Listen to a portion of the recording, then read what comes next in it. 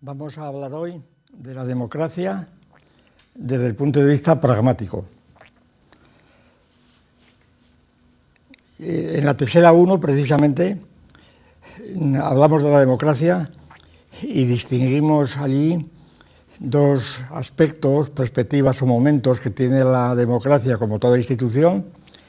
que llamábamos respectivamente el momento tecnológico y el momento ideológico o nematológico. El momento nematológico o ideológico pues es la teoría de la democracia, la idea del pueblo soberano expresado mediante sufragio universal, en el caso de las democracias homologadas que decimos hoy después de la caída de la Unión Soviética. El sufragio universal, organización de la Asamblea o del Parlamento o de las Cortes, como se llame, y desde el punto de vista tecnológico, pues veíamos a la democracia, como a cualquier otra institución, como una serie de mecanismos, una carpintería, se podría también decir, de funcionamiento de estas ideas que hasta cierto punto tienen un ritmo independiente de la propia nematología, que por otra parte tiene muchas variedades y no es unívoca. Es decir, en la carpintería de la democracia hay que incluir pues todo el aparato de urnas, de votaciones, de ritmos, de oradores, de habilidades de los políticos,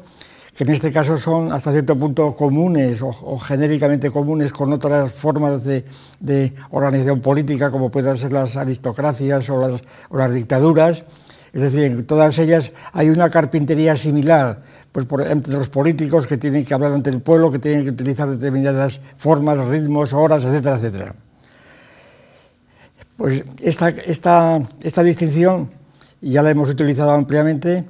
tiene su juego propio, naturalmente, pero no agota la cuestión. Y concretamente no agota lo que vamos a hablar hoy, que es, y que pertenece tanto al aspecto nematológico como al tecnológico,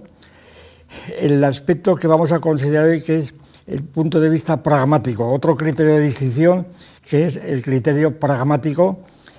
por oposición al criterio semántico. Es decir, que aquí el criterio de análisis de las democracias pues no es este que hemos expuesto, de lo nematológico y de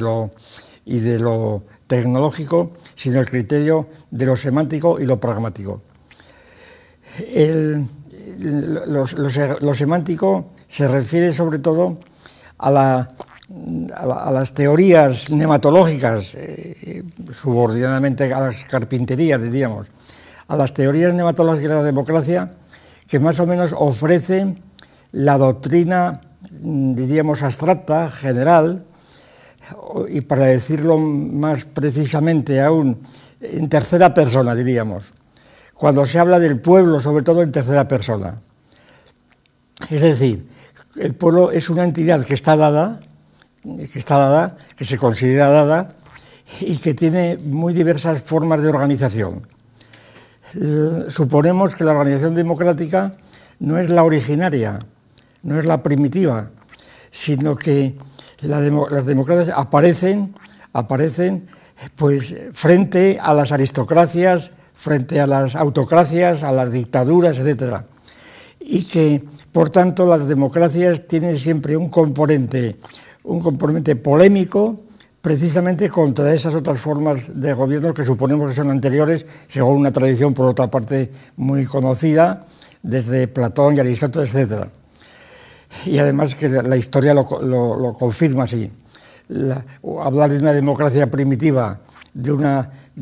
asamblea originaria primitiva, pues es una idea más o menos mítica, que Rousseau intentó cultivar, pero sin éxito ninguno, porque no hay pruebas documentales de que en una sociedad primitiva, precivilizada o preestatal, pues puede hablarse de democracia en el sentido de democracia directa, espontánea, primigenia, etc. Primeramente hay formas de organización distintas, generalmente de carácter aristocrático, o incluso dictatorial, y sobre la reacción a estas formas es cuando aparecen las formas democráticas ya muy tardíamente, diríamos. En fin, no hace falta poner ejemplos tomados, por ejemplo, de la historia del mundo clásico, etcétera, etcétera. Pero lo cual no quiere decir que a su vez la democracia no pueda dar lugar a tiranías ulteriores, como se ve claramente en el caso de las sociedades griegas, de las sociedades-estado griegas. Bien, la distinción entre estos ejes semánticos y pragmáticos es entonces la siguiente. Desde el punto de vista semántico, como digo, el pueblo se considera en tercera persona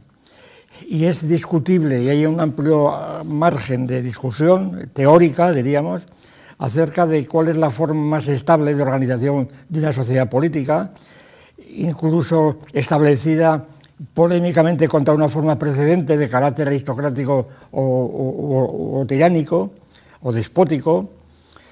y cuál sea la forma más estable imaginable, cuáles sean las formas de organización. Realmente en esta perspectiva es de donde suelen moverse la mayor parte de las doctrinas clásicas sobre la democracia. Y en cambio, el punto de vista pragmático lo entendemos en el sentido más estricto de la expresión, a saber, lo que tiene que ver con la conducta de los propios individuos, en este caso de los propios individuos, ciudadanos o como se quiera llamar, que participan en la democracia. Entonces, la distinción tiene este aspecto, por ejemplo, para demostrar claramente su alcance. Cuando estamos discutiendo desde una perspectiva semántica, pues simplemente no preguntamos en primera persona cuáles sean los intereses y los argumentos favorables acerca de la democracia, sino simplemente discutimos en abstracto cuáles sean las formas de la organización política en tercera persona, cuál fuera la organización del pueblo en tercera persona que debiera elegirse precisamente para que ese pueblo pudiera subsistir, por ejemplo. Pero naturalmente esta discusión se mantiene hasta cierto punto, por lo menos explícitamente alejada, de los intereses particulares de los individuos que están allí y de los intereses universales. Por intereses particulares, pues ya podemos imaginar que pueden ser de carácter económico, de carácter puramente personal. Pues, por ejemplo, alguien que está discutiendo en el plano semántico sobre las ventajas de la monarquía frente a la república, pues puede estar, sin embargo, adhiriéndose a la solución monárquica, pues porque tiene relaciones con el rey, con lo que fuera, y porque favorece sus intereses a los de su familia. Es decir, que estos intereses son particulares, pero que en todo caso ya sirven para demostrar la diferencia que hay entre un debate y una adhesión de carácter puramente teórico, abstracto, ¿verdad?, político, estrictamente político, acerca del pueblo, de lo justo, de la justicia, y otra cosa tiene que ver con los intereses particulares o incluso universales que puedan afectar a todos los ciudadanos. La situación es muy parecida a lo que ocurre en otras instituciones, pues la más inmediata que se me ocurre poner como punto de comparación de la propia religión. Una cosa es discutir sobre cuál pueda ser la religión más perfecta, teológica, por cuanto habla de Dios, de la idea de Dios, de la relación de los hombres con Dios, y expone, desde el punto de vista de una teología, expone cuál pueda ser la religión más perfecta. Pero claro, esta religión perfecta, sin embargo, en principio está expuesta independientemente de los intereses que los hombres puedan tener con respecto a esa perfección. Porque puede ocurrir que muchos hombres que reconozcan efectivamente la superioridad de una determinada alternativa propuesta, sin embargo no se sientan interesados por ella. Porque ¿qué interés puede tener alguien para dar gloria a Dios mientras no se demuestre las conexiones de esa gloria con su propio interés personal? Se trata entonces de que una religión, desde el punto de vista pragmático, tendrá más posibilidades cuanto más incorpore a los intereses de los individuos, sea por razones reales, sea por razones imaginarias, eso es lo de menos. Es el caso concretamente de la religión cristiana, cuando se dice y se discute una y otra vez que fue una religión fundada en principios mucho más oscuros e imperfectos que la teología aristotélica, por ejemplo, de los filósofos griegos, pero que sin embargo, porque la religión griega, aristotélica diríamos, pues no muestra claramente los intereses que los hombres pueden tener con la gloria de Dios, puesto que la gloria de Dios queda en otro terreno a la cual los hombres ni siquiera colaboran, en el terreno de Aristóteles. En cambio, el cristianismo, cualquiera que sea sus componentes semánticos, introduce unos componentes soteriológicos que ya interesan a cada uno de los hombres, o pueden interesar. Entonces, cada uno de los hombres ve en la revelación cristiana, a través de Cristo, del Dios hecho hombre, ve un nexo por el cual interesa ser religioso, porque se supone que el ser religioso tiene que ver con la propia salvación personal. Es el caso, aquella famosa debate que alguna vez hemos citado entre Pascal y Descartes, cuando decía Descartes, decía Pascal, arremetido contra el Dios de los filósofos, dice que yo no conozco ni me interesa el Dios de los filósofos y yo solamente conozco a Dios a través de Jesucristo. Es decir, es Cristo el que me ofrece garantías de una salvación personal y, por tanto, este es el punto de vista pragmático, quiero decir. Bueno, pues con la democracia pasa lo mismo. Una cosa es que en el debate semántico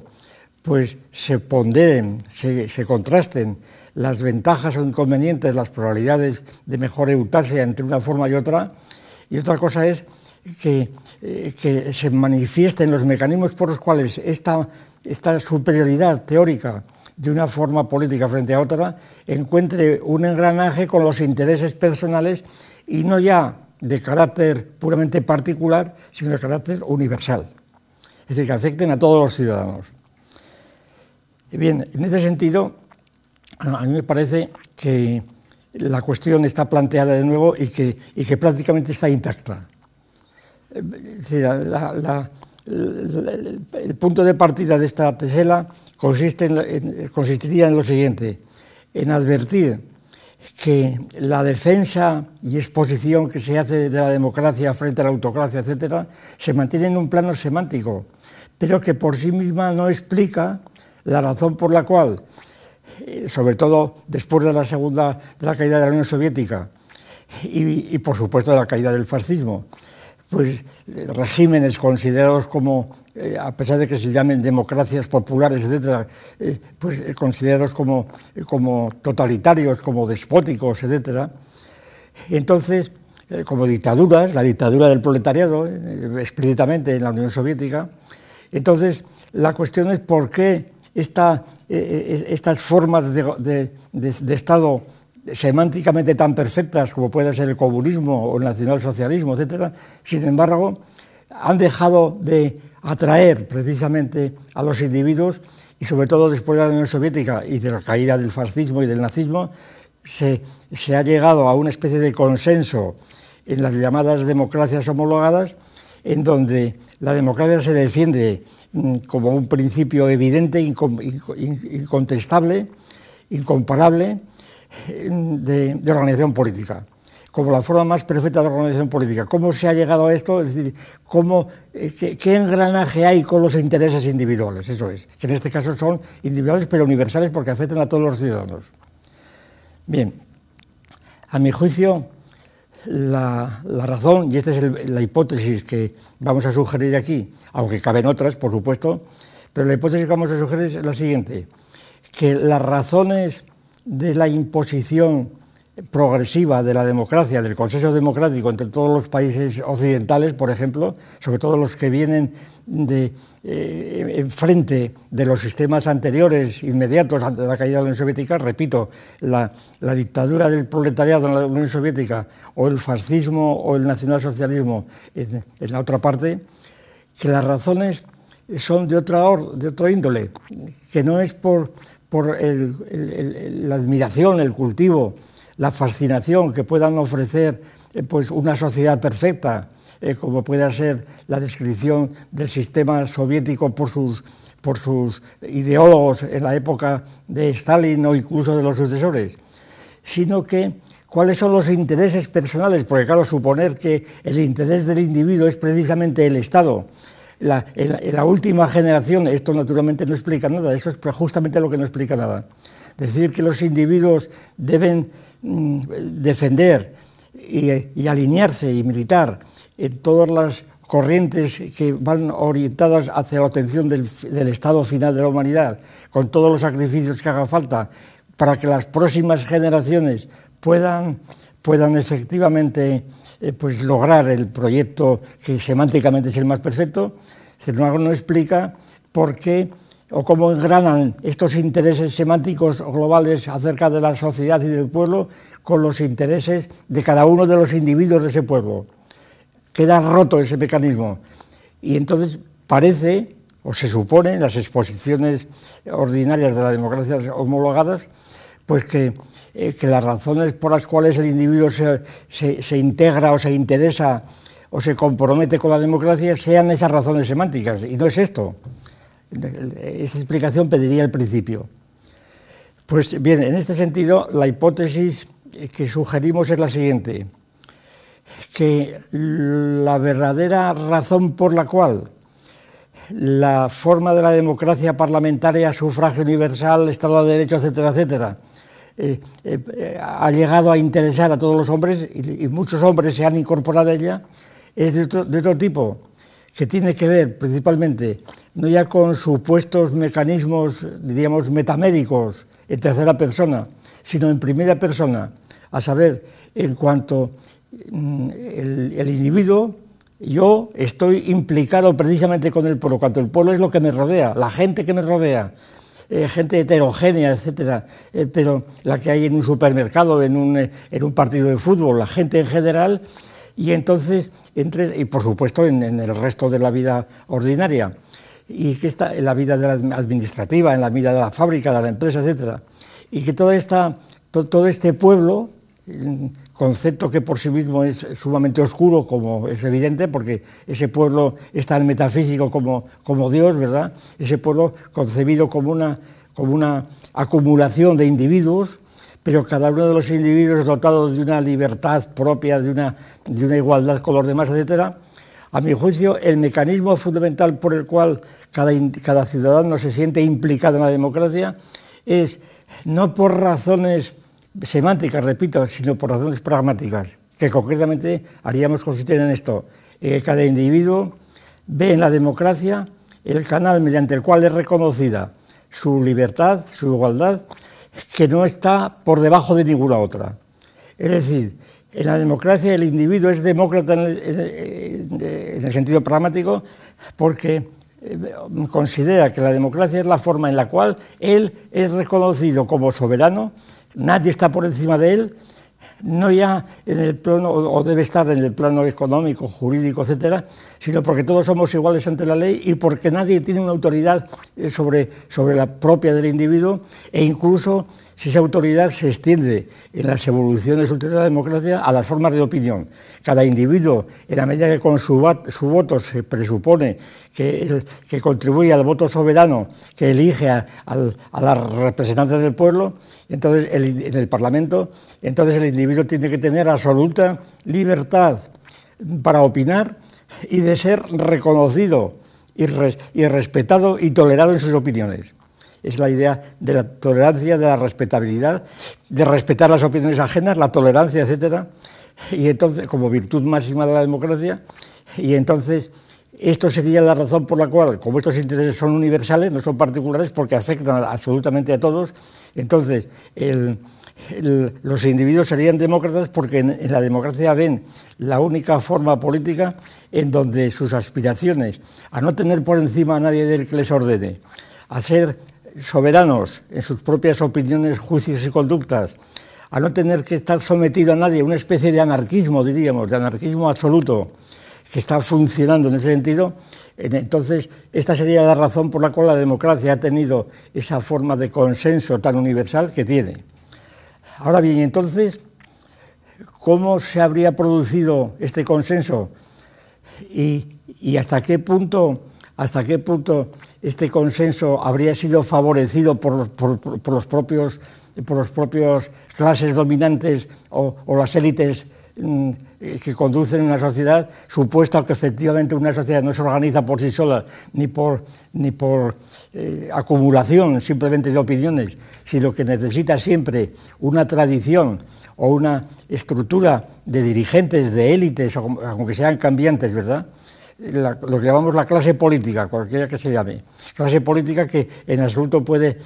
concebirse, a mi juicio, como algo que fluya automáticamente en cada generación, sino que tiene una historia, es decir, las élites políticas de una situación son siempre procedentes en virtud de unos mecanismos propios de otras élites anteriores. Lo que se ve claramente en las tradiciones de los partidos políticos, en las democracias de partidos, donde cada partido tiene su propia tradición, siempre, además que está reforzada continuamente con iconografía de los antecedentes, de los grandes héroes del partido, etc. Y entonces las élites siempre tienen ya una canalización propia, característica, que se enfrenta a las otras canalizaciones. Pues bien, la hipótesis es la siguiente: que la democracia parlamentaria, de las democracias homologadas, frente precisamente, repito, a las dictaduras o autocracias precedentes, pues han sido sobre todo canalizadas, y ya desde la Revolución Francesa, frente al antiguo régimen, han sido canalizadas con componentes realmente anarquistas, como digo, han sido canalizadas por los propios políticos. Es decir, las propias clases en cada momento dirigentes políticamente se habrían dado cuenta, para utilizar la expresión, aunque sea muy inadecuada, pero en fin, la expresión utilizada precisamente en la República de Platón por Critias, etcétera, para explicar el origen de la religión, porque una astuta casta, ¿verdad?, de sacerdotes ha llegado a engañar realmente al pueblo y haciéndoles creer que hay dioses donde no hay. Utilizando esta expresión por rapidez y por razones heurísticas puramente, podría decirse, una astuta casta de dirigentes se ha dado cuenta que el hecho simplemente de dirigir o de gobernar un país democrático, pues en este propósito se exponen continuamente a la reacción inmediata de los gobernados. Y entonces esta reacción es tan constante y tenemos tal tradición histórica que todo grupo dominante sabe que su posición de privilegio en el momento en que gana unas elecciones va a enfrentarse inmediatamente con la opinión de los gobernados. Según aquella definición de Aristóteles, de que una sociedad política contiene siempre gobernantes y gobernados. Entonces una casta sabia y astuta, ¿verdad?, de gobernantes habría hecho lo posible para persuadir al pueblo de que los que mandan no son los gobernantes, sino el pueblo mismo, a través de sus representantes. Y por consiguiente, que ellos quedan preservados de este modo, quedan defendidos de los inevitables ataques y reacciones en contra de los gobernados. Y de este modo, cada uno de los electores llega a creer, siempre que los candidatos lleguen a tener la conciencia absoluta de que su voto o su actitud forma parte integrante de un sistema global de la voluntad general y que su contribución es decisiva a esa voluntad general. Naturalmente, este es el principio de la democracia, pero este es el principio que hay que demostrar. Y entonces, de lo que se trataría es que la democracia parlamentaria, el sufragio universal, etcétera, habría obtenido una forma de consenso porque cada cual ve en la democracia la forma inmediata y la única en cada momento de mantener esa situación de supremacía soberana en cuanto a la opinión, la conducta, etcétera, etcétera, y el derecho a mantenerla el derecho a mantenerla, aun cuando las dificultades de momento pues no lo permitan, pero siempre con la esperanza de derribar al gobierno de turno para poder, a través de su voluntad y de su colaboración con otros ciudadanos, de establecer otro gobierno. Naturalmente, esto se funda en la creencia de que la voluntad del individuo que es libre, que no es determinista y que él es el que realmente, libremente ofrece nuevas posibilidades. Pero en realidad la cuestión sería que el mecanismo de la democracia sería una especie de escudo apotropaico, ¿verdad?, defensivo, de los que saben que el gobierno necesita frenar la reacción de los gobernados y haciéndoles creer que ellos son los que dirigen. Entonces, la democracia sería así una especie de opio del pueblo, para decirlo en los términos tradicionales, en donde el pueblo cree realmente que por ser demócrata tiene garantizada ya la forma definitiva de gobierno y que compatible con su libertad, no sumisión absolutamente a ningún amo, su propia personalidad, su libertad de tipo anarquista, y entonces la democracia sería esto y por tanto sería, o podría decirse por otros muchos que sería una pura ilusión, pero suficiente, como la ilusión del cristianismo, suficiente para mantener multitudes inmensas sometidas a esta disciplina democrática y con todas sus limitaciones, pero que están envueltas en esta perspectiva pragmática que sigue siendo, sin embargo, tan intencional y tan ideal y tan metafísica, si se quiere, como cualquier otra.